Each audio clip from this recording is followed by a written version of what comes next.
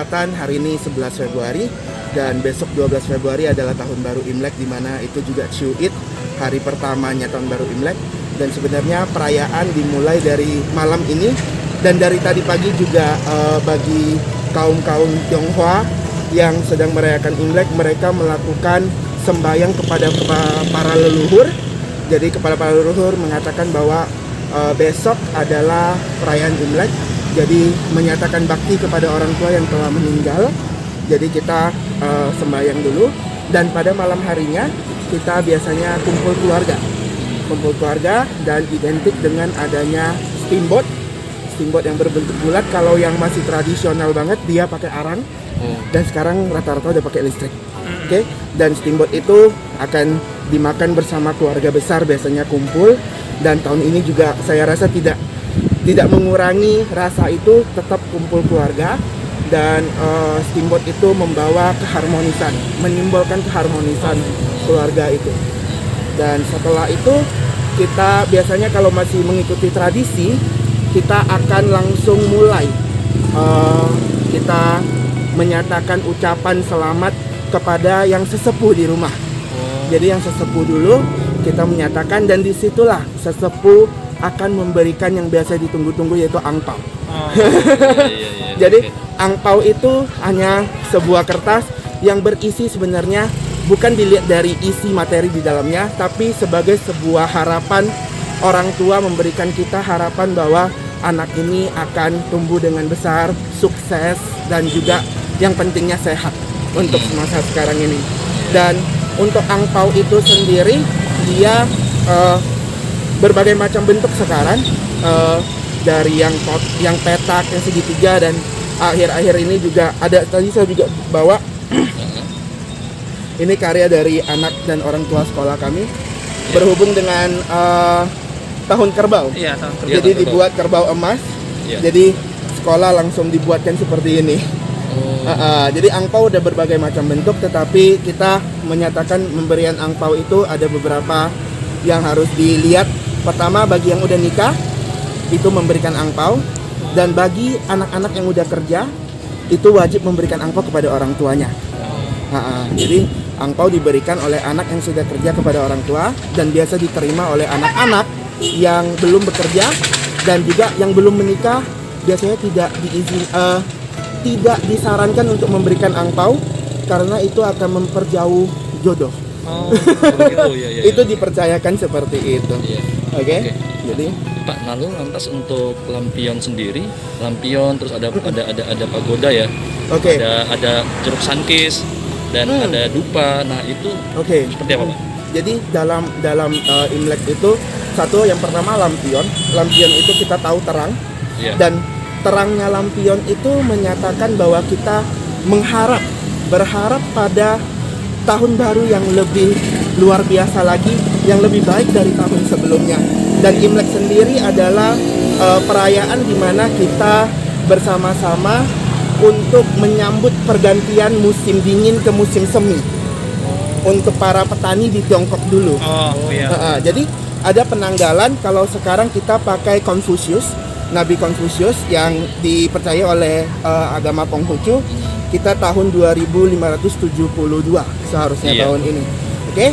Dan biasanya kalau kita mau trace back balik lebih jauh lagi, dia bisa berumur Imlek ini 4000 tahun lebih, 4572. Jadi dia dari kekaisaran Huangti yang pertama di Tiongkok itu.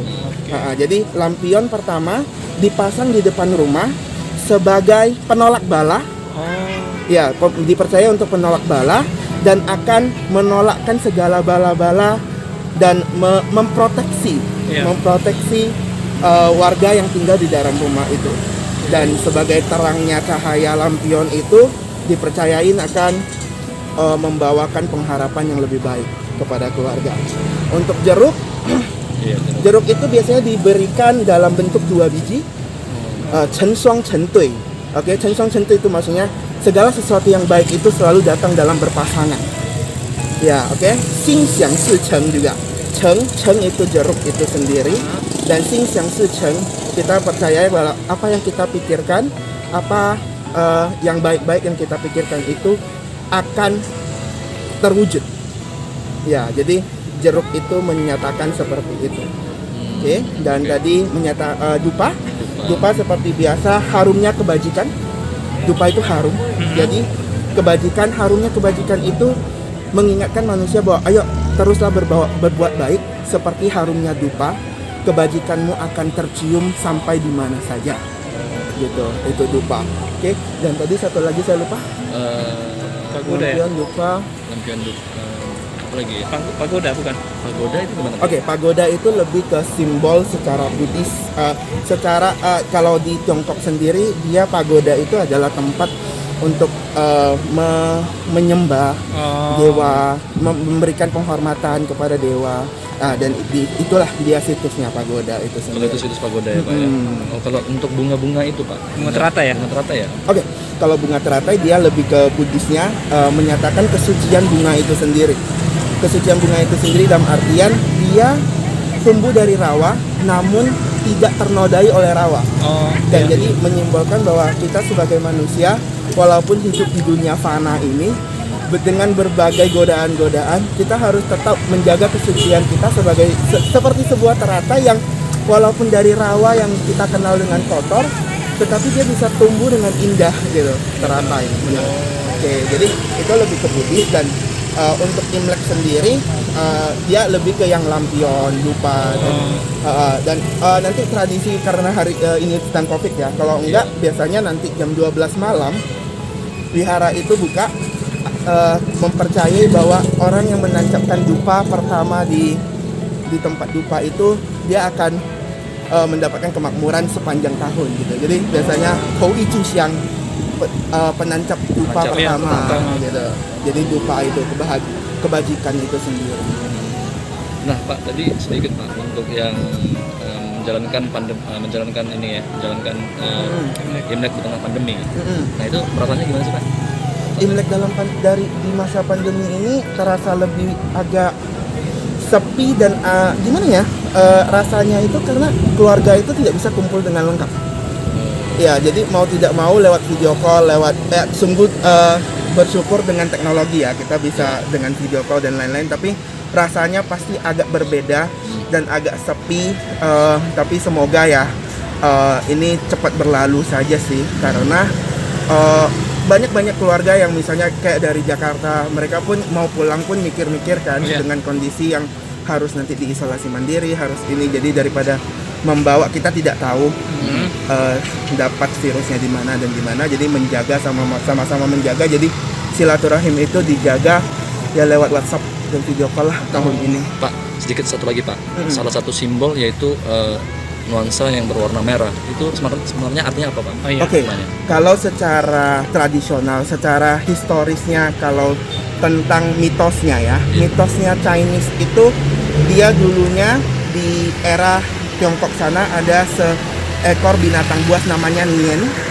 Nian itu dia itu datang untuk mengganggu warga ada di sekitar. Namun dia takut dengan yang biasanya dinyalain pas ada barongsai itu. Ya apa tuh namanya, Haucu itu kayak sejenis apa sih namanya yang biasanya waktu waktu puasa juga ada, dia agak mercon seperti itu, tapi dia panjang. Digantung di depan digantung rumah. nantinya meledak. Iya, yang dinyalain dia tahu. Dan itu dipercayai kalau orang dulu Nian itu mendengar suara itu dan melihat keramaian dan melihat warna merah, dia takut. Ya, jadi orang Tionghoa dulu, orang di Tiongkok dulu jadinya merasa jadi untuk Kuo-Nian, jadi melewati biar tidak diganggu oleh Nian Show ini, mereka harus berpakai merah dan ramai-ramai. Jadi dia tidak akan diganggu. Itu secara historikalnya. Tetapi kalau untuk lebih ke sini, merah lebih, kalau Indonesia mungkin lebih berani. Kalau merah di kita secara Chinese mungkin lebih membawa gitu, membawakan keberuntungan tersendiri gitu. Jadi warna merah lebih mencolok dan orang tua dulu selalu mengingatkan waktu Imlek diusahakan tidak warna gelap, hitam putih jangan, karena putih diidentikan dengan duka, merah diidentikan dengan suka. Jadi merah kuning boleh. Oh, merah kuning boleh. Nah mungkin terakhir lagi Pak. Boleh. Untuk yang show kerbau tahun ini, itu apa artinya Pak? Oke, ini dia menjadi perputaran 12 show itu, dan tahun ini mengikuti elemen logam dan pas di show kerbau, dan ini jadinya kerbau logam Qing New. Jadi dia menjadi sebuah perputaran aja sebenarnya, 12 show itu berputar dan dia melewati, dan yang show itu memang udah secara historical, memang dia turun temurun secara itu. Jadi dari sananya memang dia nanti ada ceritanya secara fabel juga seperti itu. Gitu. Bagaimana mereka, kenapa urutannya bukan kerbau duluan tapi tikus duluan, itu ada ceritanya juga gitu kan. Jadi